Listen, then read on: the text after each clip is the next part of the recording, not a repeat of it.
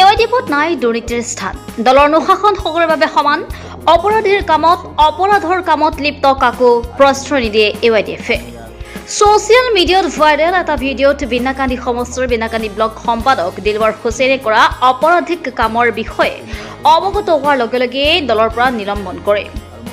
উল্লেখ্য যে কিছুদিন আগতে আজমল ফাউণ্ডেশ্যনৰ পৰা টমটম দিব বুলি ধুবুৰী কিছুমান সহজ সৰল ৰাইজক প্ৰবঞ্চনা কৰি অহাৰ কথা পোহৰে আহে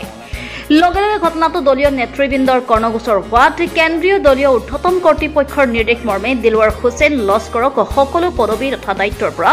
6 বছৰৰ কাৰণে নিলম্বন কৰে আজি সংবাদ মাধ্যমৰ আগত কি ক'লে কেন্দ্ৰীয় সম্পাদক তথা বিধায়কৰ সচিব আকবৰ আলী আৰু জিলা সভাপতি হেলালুদ্দিনে চাওক সম্পূৰ্ণ জীৱনৰ কিছু কলা অধ্যায় আমাৰ সন্মুখত কালি উন্মোচিত হৈছে আৰু আপোনালোকে জানে যে মৰকজুল মাৰিফ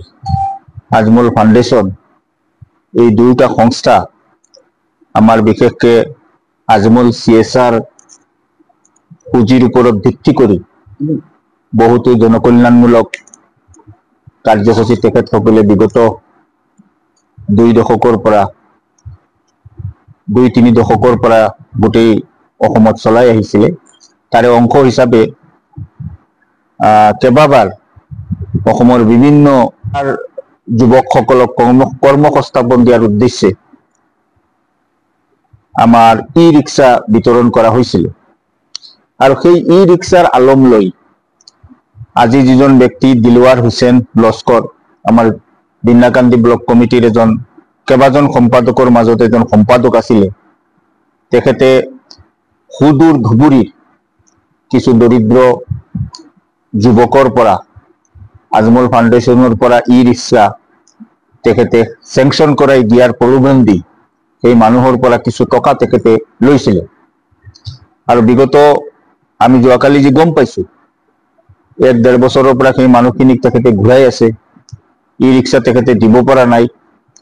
আৰু পইচাখিনি ঘূৰাই নিদিয়াৰ কাৰণে যোৱাকালি হোজাই পুলিচৰ সহযোগত তেখেতক কৰায়ত্ব কৰি হোজাই পুলিচৰ কাষ্টডিলৈ নিয়া হৈছিল যদিও পিছত ভুক্তভোগী যিসকল মানুহৰ পৰা পইচা লৈছিলে সেই মানুহসকলে তেওঁলোকৰ পইচাটো পুনৰুদ্ধাৰৰ স্বাৰ্থত সামাজিক সমিলমিলৰ মাজেৰে গোটেই ঘটনাটো মীমাংসা কৰি দি তেখেতসকলৰ এই ঘটনাটো আমি শেষ কৰি দিছিলে আমি সকলো আছিলো তাতে যদিও দিলৱাৰ হুছেইন লস্কৰ সাহাবে ইতিমধ্যে যিটো কাৰ্য কৰিছে সেইটো এটা অক্ষমনীয় আৰু সেই অপৰাধৰ কাৰণে তেওঁ নিজেই যে অসন্মানী হৈছে এইটো নহয় তেওঁ বিশেষকৈ আমাৰ দলক কলিমা লিপ্ত কৰিছে আজমল ফাউণ্ডেশ্যনৰ যিটো ছবি আছে সেই ছবিত তেখেতে আঘাত হানিছে আৰু সেই কাৰণে ততাতৈয়াকৈ আমাৰ দলৰ অনুশাসন ব্যৱস্থা চোৱা চিতা কৰা আমাৰ যিটো সাব কমিটি আছে সেই সাব কমিটিয়ে তৎকালে বলবৎ হোৱাকৈ তেখেতক আমাৰ দলৰ সকলো পদবী আৰু প্ৰাথমিক সদস্য পদৰ পৰা 6 বছৰৰ কাৰণে তেখেতক নিলম্বন কৰাৰ সিদ্ধান্ত লৈছে আৰু এই সিদ্ধান্তটো আজি ৰাজহুৱা কৰিবৰ কাৰণে আপোনালোকক আমি ইয়াতে মাতি আনিছো ধন্যবাদ সঁচা কথা যোৱাকালি আমাৰ এই সোশ্যাল মিডিয়াৰ মাধ্যমত দৃষ্টিগোচৰ হৈছে এই দিলৱাৰ হুছেইন লস্কৰৰ এটা মানে ই-ৰিক্সা সম্পৰ্কীয় কেৰেংকালিৰ কথা তাৰপিছত আমি অৱশ্য যেতিয়া অৱগত হৈছো যে তেওঁ ধুবুৰীৰ কিছু মানে দৰিদ্ৰ লোকক তেওঁ পইচা লৈ ই-ৰিক্সা দিব বুলি তেওঁলোকৰ পৰা পইচা আনি ই-ৰিক্সা দিব পৰা নাই আৰু সেই সকল লোক খুজাই ইয়াত আহিছে ৰাতিপুৱা আমাৰ বৈঠক হৈছে সেই বৈঠকত সৰ্বসন্মতিক্ৰমে সিদ্ধান্ত লোৱা হৈছে যে দিলৱাৰ হুছেইন লস্কৰ সেইজন হল আমাৰ বিনাকান্দি ব্লক AIDF কমিটিৰ সম্পাদক গতিকে অনতিপলমে আজিৰ পৰা তেওঁক আমি এই আমাৰ যি অনুশাসনমূলক কমিটি আছে কমিটিৰ ৰিকমেণ্ডেশ্যনৰ ভিত্তিত তেওঁক দলীয় অনুশাসন হিচাপে 6 বছৰৰ কাৰণে দলৰ পৰা তেওঁক এক্সপেল কৰা হৈছে তেওঁৰ বিভিন্ন মানে এন্টি সোশ্যাল এক্টিভিটিজ যিবোৰ অসামাজিক কাম আৰু দলৰ কিছু